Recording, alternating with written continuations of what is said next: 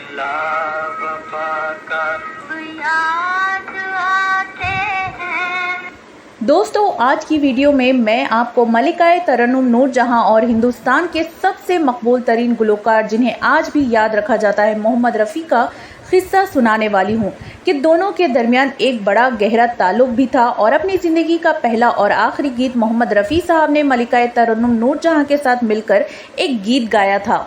मोहब्बत करके भी देखा, मोहब्बत में।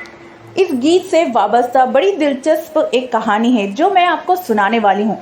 दोस्तों, मैं हूँ आपकी दोस्त और होस्ट और आप देख रहे हैं अब्दुल्ला उर्दू शायरी।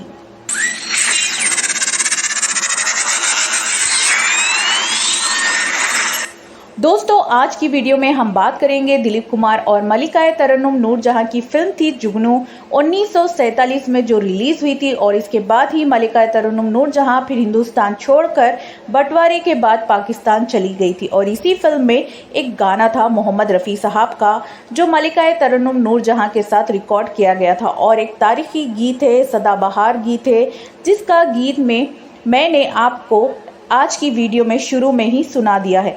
यहाँ बदला वफा का है, बेवफाई के सिवा क्या है।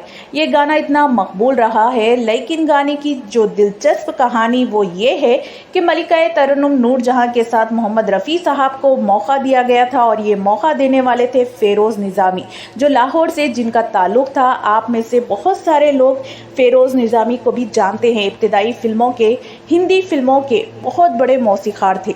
फेरोज़ निज़ामी साहब ने मोहम्मद रफ़ी साहब और मलिकाए तरन्नुम नूरजहां के साथ ये गाना रिकॉर्ड करना चाहा तो मलिकाए तरन्नुम नूरजहां ने अपनी यादों को एक इंटरव्यू की सूरत में ताज़ा किया था और कहा था कि मुझे अभी तक वो मंज़र याद है कि वो नौजवान जो बाद में मोहम्मद रफ़ी के नाम से मारूफ हुआ, जब रिकॉर्डिंग का वक्त आया तो उससे पहले मैंने उनसे पूछा निज़ामी साहब से कि कौन है मेरे साथ डुएट गाने वाला, वो कौन है। वो कहने लगे वो आएगा तो आप खुद देख लें।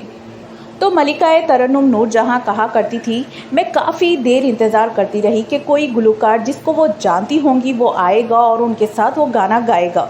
लेकिन उस दौरान उन्होंने देखा कि एक नौजवान, स्मार्ट सा नौजवान, बड़ा शर्मीला सा नौजवान बैठा है। कभी निगाह उठाकर मलिकाए तरन्नुम नूरजहां को देख लेता है, फिर निगाहें झुका लेता है।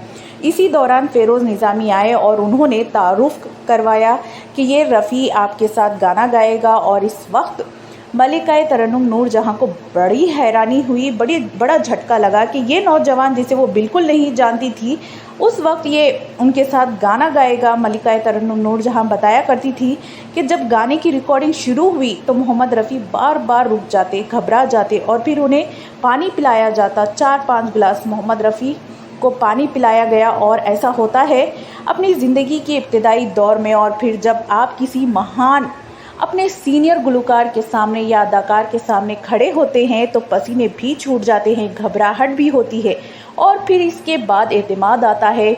मलिकाए तरन्नुम नूरजहां ने उनको बहुत दिलासा दिया और फिर उनके साथ कुछ ऐसी लतीफ़ेबाजी की, इतनी बेतकल्लुफ़ी के साथ उन्होंने कहा कि मैं भी लाहौर की हूँ, घबराने की ज़रूरत नहीं है, मेरे साथ खुलकर तुम गाओ। और मोहम्मद रफ़ी साहब ने चूँकि जुगनू उस फिल्म में एक छोटा सा किरदार भी अदा किया था, जिसके बाद उनके अंदर एतमाद जो था वो बहुत पैदा हुआ। मोहम्मद रफ़ी तो ज़िंदगी के आखिरी वक्त तक शर्मीले इंसान थे, हया वाले इंसान थे और किसी खातून को देखकर तो उनकी नज़रें वैसे भी झुक जाया करती थी। उनके अंदर वो खुराफात मौजूद नहीं थी जो आम तौर पर सिंगिंग की दुनिया में आने वाले मौसीक़ार या गुलकार जिसके आदी हो जाते हैं। मोहम्मद रफ़ी इससे कोसों दूर थे। रफ़ी साहब को जब पता चला कि मलिकाए तरन्नुम नूरजहां जुगनू के बाद पाकिस्तान वापस जा रही हैं तो उन्होंने उनसे कहा कि आप वापस क्यों जा रही हैं। तो उन्होंने कहा यहाँ पर रहना बड़ा मुश्किल हो जाएगा, क्योंकि उसका उन्हें तजुर्बा हो गया था। और उन्होंने मोहम्मद रफ़ी से कहा कि आप भी लाहौर चलो, वहाँ पर फ्यूचर बन जाएगा। मलिकाए तरन्नुम नूरजहां कहा करती थी कि मैंने बड़ी कोशिश की किसी तरह के मोहम्मद रफ़ी जो है इस बात के कायल हो जाए, क्योंकि उनकी आवाज़ के अंदर जो जादू था, जो तरन्नुम था और जितनी उन्होंने मेहनत की हुई थी पाकिस्तान की नुसाइदा फिल्म इंडस्ट्री, इसकी ज़रूरत थी और बहुत बड़ा स्कोप था एक मेल सिंगिंग में। एक मर्दाना आवाज़ के अंदर बहुत ज़्यादा उस वक्त ज़रूरत थी। लेकिन मोहम्मद रफ़ी बावजूद उन्होंने कहा कि मैं अपनी मेहनत यहाँ पर कर दी है और अब मैं इसी अल्लाह की सरज़मीन पर अपनी किस्मत आजमाई करूँगा। लेकिन कभी आपको मौका मिले, आप जब वहाँ जाएं तो मेरे भाई मोहम्मद सिद्दीक़ को ज़रूर मौका दें। इसको भी गाने का बहुत बड़ा शौक़ था। बाद में मलिका तरन्नुम नूरजहां ने ये जो बात बताई थी, मैंने मोहम्मद सिद्दीक़ साहब से, जो मोहम्मद रफ़ी साहब के भाई थे, लाहौर में रहते थे और बिलालगंज का जो इलाका है लाहौर में दाता साहब के बैक पर, वहाँ पर उनका घर था जहाँ पर उससे पहले मोहम्मद रफ़ी भी रहा करते थे। उनसे कई सारी मुलाकातें हुई, कई सारी बातें हुई मोहम्मद रफ़ी साहब के हवाले से। बाद में इसकी एक पूरी एक लंबी दास्तान लिखी गई।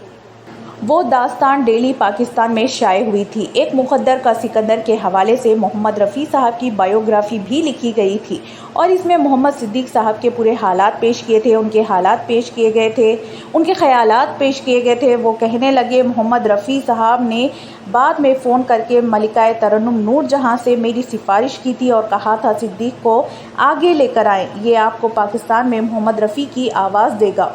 और मोहम्मद सिद्दीक़ साहब को तो ये मालूम था कि उनकी मुखालिफत करने वाले कौन थे। लेकिन मलिका तरन्नुम नूरजहां ने बड़ी कोशिश की और उनके साथ उन्होंने फ़िल्मों में कुछ गाने भी रिकॉर्ड करवा दिए हैं। लेकिन सियासत काम आ गई और मोहम्मद सिद्दीक़ साहब को वो मौका ना दिया जा सका। हालांकि मोहम्मद सिद्दीक़ साहब की आवाज़ के अंदर भी वो आहंग जो मोहम्मद रफ़ी साहब जैसा था वो मौजूद था। और जब इंडिया में जाया करते थे अपने भाई से मिले तो वहाँ भी वो गाने सुनाया करते थे और उनके गाने रिकॉर्ड भी किए गए थे। लेकिन मोहम्मद रफ़ी और उनकी मुक़द्दर जो लेकर पैदा हुए थे उसके सिकंदर बन गए। लेकिन मोहम्मद सिद्दीक़ साहब को साथ जो मुक़द्दर उतनी वफ़ा नहीं की और जब वो गल्फ़ में रहे, कुछ अर्सा वहाँ पर जॉब करते रहे तो वहाँ पर गाकर अपना शौक़ भी पूरा करते थे, ताकि फ़िल्म इंडस्ट्री में मोहम्मद सिद्दीक़ मोहम्मद रफ़ी के भाई होने की वजह से कामयाब नहीं हो सके थे। हालांकि उनकी आवाज़ बड़ी खूबसूरत, बड़ी जानदार थी और इसकी ओ.पी. नैयर इंडिया के बहुत बड़े जो म्यूज़िक डायरेक्टर थे वो भी बड़ी तारीफ़ कर चुके थे। लेकिन पाकिस्तान में जो मौसीक़ारों के अंदर एक सियासत थी और कुछ गुलकारों की ऊजादारी कायम हो चुकी थी, उन्होंने मोहम्मद सिद्दीक़ साहब के रास्ते को काट दिया था और मोहम्मद रफ़ी साहब मलिका तरन्नुम नूरजहां को तो हमेशा बाजी कहकर पुकारा करते थे। और ये दोनों के अंदर इतना अनमोल रिश्ता था कि 50s के दौर में जब वो ये चाहते थे कि मैं यानी कि मोहम्मद सिद्दीक़ जो है वो गुलकारी के मैदान में आगे आ जाएं, तो वो हमेशा बाजी कहकर मलिका तरन्नुम नूरजहां को फ़ोन किया करते थे, मुखातिब किया करते थे और उनसे कहा करते थे। और एक नहीं कई बार उन्होंने कहा और मलिका तरन्नुम नूरजहां ने हर बार यही कहा और बड़ी कोशिश करती रही उनको आगे लाने की। लेकिन मोहम्मद सिद्दीक़ को किसी ने आगे बढ़ने नहीं दिया। हालांकि मलिका तरन्नुम नूरजहां एक गाने रिकॉर्ड भी करवा लिए थे, लेकिन वो गाने कहाँ गए ये कोई नहीं जानता। तो दोस्तों, ये थी आज की कहानी मलिका तरन्नुम नूरजहां और मोहम्मद रफ़ी साहब की, जिसका जिक्र मलिका तरन्नुम नूरजहां ने एक इंटरव्यू में किया था। तो दोस्तों, कैसी लगी ये दिलचस्प कहानी? क्या आपको ये कहानी मालूम थी? अगर नहीं तो कमेंट सेक्शन में ज़रूर बताएं। आपकी राय, आपके फीडबैक का हमें इंतज़ार रहेगा। वीडियो को ज़्यादा से ज़्यादा लाइक करें, शेयर करें और अपने दोस्तों को ज़रूर शेयर करें। और आप अगर हमारे चैनल पर नए हैं तो चैनल को सबसे पहले सब्सक्राइब कर लें। मिलते हैं ऐसी दिलचस्प कहानी के साथ अगले एपिसोड में। तब तक दीजिए अब्दुल्ला उर्दू शायरी को इजाज़त। नमस्कार, आदाब, शब बख़ैर।